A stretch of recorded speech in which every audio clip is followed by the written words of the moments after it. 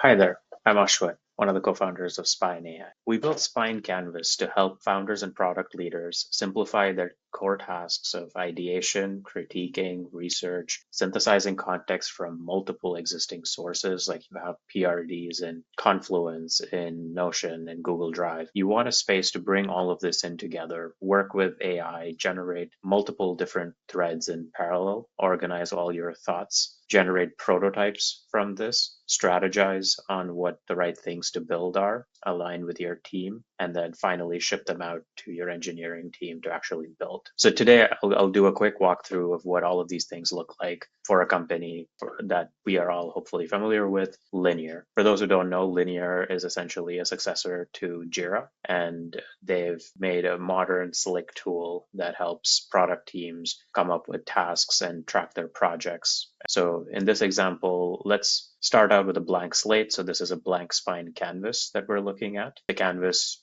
allows you to come in and add blocks, which is the fundamental unit of how anything gets done on the canvas. So in this case, to get started, I'm just going to copy the website URL for Linear and then paste it directly onto the canvas. So as this starts to process, we scrape the content from the website, pull in the relevant information so that we can use it downstream. And now this becomes a block that you can connect other blocks to on the canvas. And every connection simply means that context gets passed from one block to the next. So this allows you to visually engineer the context that you would need throughout your canvas, and you're not at the mercy of a long linear chat thread where you don't know how and where the context is getting used. So in this case, I'm going to start simple and say, give me a 2-sentence pitch for Linear. What do they do? Who are their ICPs? What markets do they serve?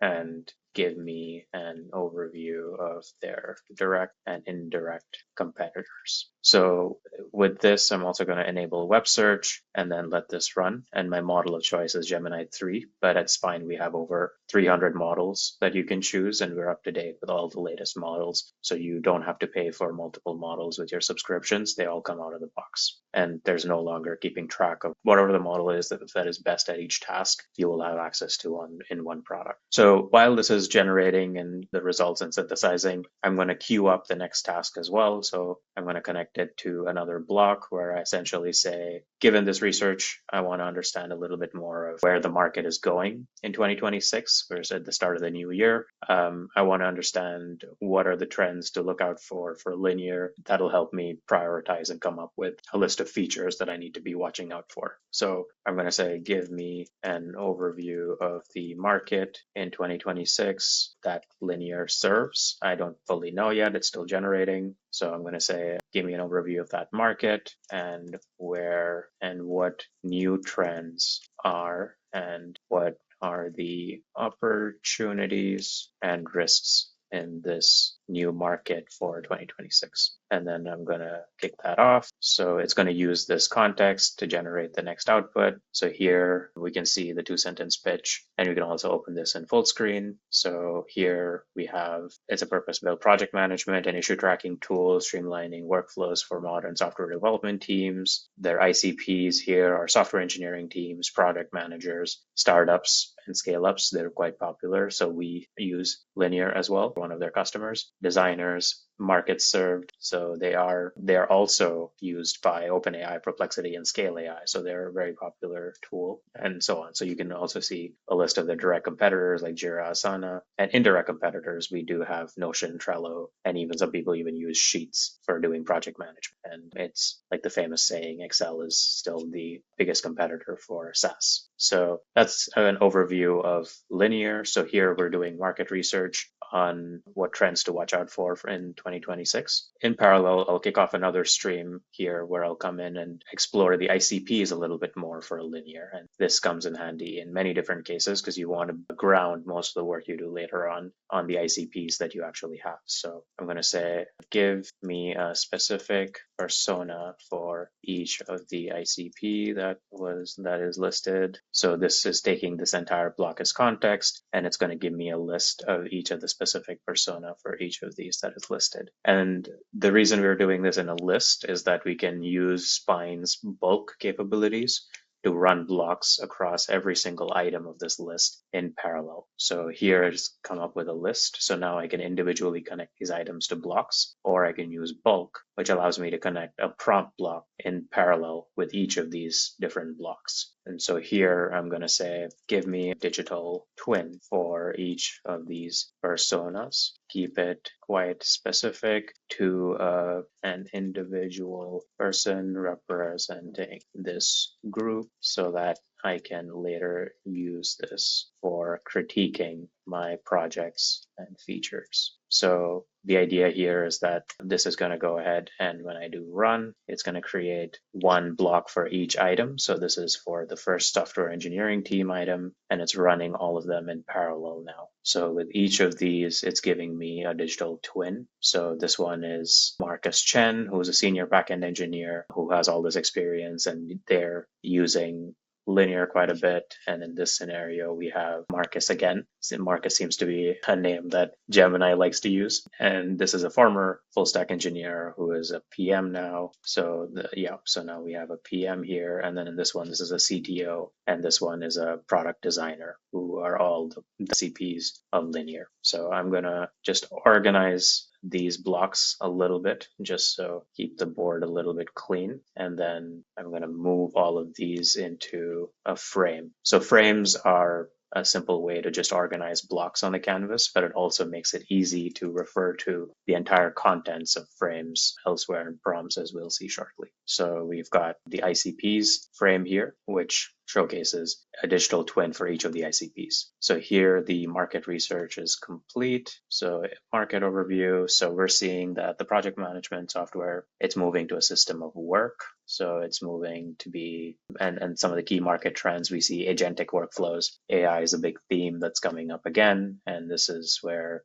Linear has already started to integrate agents to start delegating tasks. And we see a shift to an all-in-one. There's some consolidation that's happening in the market, developer experience, and so on. So these are all the strategic trends, and there's some opportunities that Linear has in this market to automatically triage and plan. And so leveraging AI a little bit more. Some of the risks are there are some of these other platforms that seem to be growing, integrations and so on. So we'll leverage this market research, and what I'm going to do is say, based on this market research, come up with a list of features that Linear needs to build in 2026 to win the market. And I'm also, just for the sake of the demo, I'm going to say keep this list to the top 4 features that are relevant. So with that, this should go ahead and start to generate the relevant features. Okay, so now we have 4 features that it has generated for a linear to win the market in 2026. So it's got a structured database interface specifically to feed AI with the right tasks and context, features to automate the categorization of bugs, assignment of priorities. So it's like AI assisted triage, project health analytics, and then identify bottlenecks and so on. So this is a pretty good set of features. You can always iterate on these prompts as well, and then just keep coming up with some better ideas. I can also continue the conversation and get some feedback on these based on the ICPs that we have. But for, again, the sake of the demo, I'm going to first go ahead and assume that this is a good list, and then let's continue with generate a PRD for each of these features. So as the PRDs are generating. So at this stage, it's also fully viable to bring in more context. So usually in bigger companies, you would have already some relevant customer interviews or feedback and other signals and research that you would want to incorporate. So you can always drag and drop or copy paste them directly onto the canvas. We also have the ability to add web links and do use integrations, so you can integrate with Jira, Notion, Linear, Google Drive, and more to bring in data directly onto the canvas and then continue using them as context on the canvas. So here it's gone ahead and generated a PRD for each of these features. all of them in parallel. So we can go in and see, yeah, here's the one for agent optimized delivery. So it's come up with the product statement, the target audience, the functional requirements, and so on. And you can always add more specifications onto your style of writing PRDs. So we also do have memory, which allows you to come in and input specific instructions at a canvas level or at a user level, where you can apply these to the types of blocks you want to do. So in this case, I could come in and say in my PRD, it must include why are we building this? How is this going to move the needle? What are the risks? Make sure you call these things out as well. So these are all completely customizable. You can also directly put these into the prompt so that it works out and applies to every single block. So now that we've generated the PRDs, you can always iterate on the PRDs further by connecting more blocks and then asking for critiques based on the ICPs that we generated earlier. So in fact, let me just do that really quickly to illustrate it. So critique this PRD based on the ICPs. And then I'm just going to include the ICP. So I just did an at, which shows all the different blocks that we have. And here's the frame that we set up with all the ICP user personas. So I'm going to include that into the prompt. So now this pulls in all that relevant context of the ICPs and then say, give me sort the feedback by the most relevant and important ICPs. Yeah, so now I can go in and run this. So this is now going to go in and generate a critique of this PRD that I can then use to make sure I've covered all my bases. If I may need to make any improvements, I can before I move on to the next step. But for now, let's assume that we're happy with these PRDs. I'm going to select all of these PRDs, use the bulk functionality on Spine, and then connect another block, which is a prompt block to say, give me a user flow which best illustrates this new feature and a demo script. So the idea behind this is now going to come up with a specific workflow that I can start to use and prototype on, and then use it to illustrate what this feature is going to do and look like for the rest of my team. So here we have multiple blocks starting to stream in parallel. And so let's take, for example, the AI-powered triage case. And then, so here there's a zero-touch triage loop where someone submits a report, and then Linear uses the background intelligence to triage the system. So there is the ingestion and analysis, there is the triage assistant, and then there's the human in the loop. So, and then here's the demo script that it's come up with. So now that I've generated all the user flows for each of these different features, I'm going to now connect prototype block, which will then illustrate this feature. So I can use this to visualize what this feature looks like. So I'm going to say, give me a prototype of this user flow in the Linear app. And then I ran this. So now it's going to run each of these blocks in parallel and start to generate multiple prototypes for each of these. And again, here we're using Gemini 3 Pro, but you can use any of the other 300 models we have. In general, in our experience, Gemini 3 Pro, Claude Opus 4.5 tends to be the best models.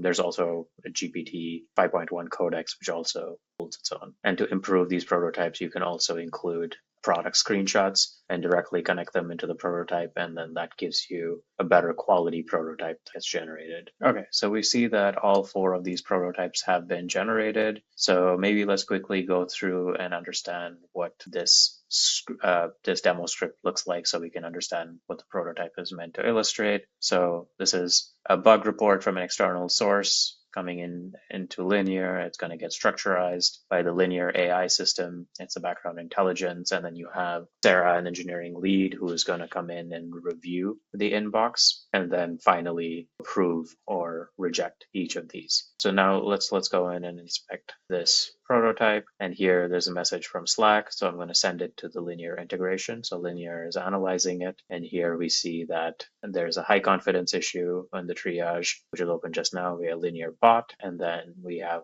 each of these tags with the reasons as to why they were chosen to be what they are. And then we go into the other one, which tends to be something that needs some review. And then you click on it, and then you can update it for future design issues. So this is something that I can say yes or no, and then it looks like the new issue has been created.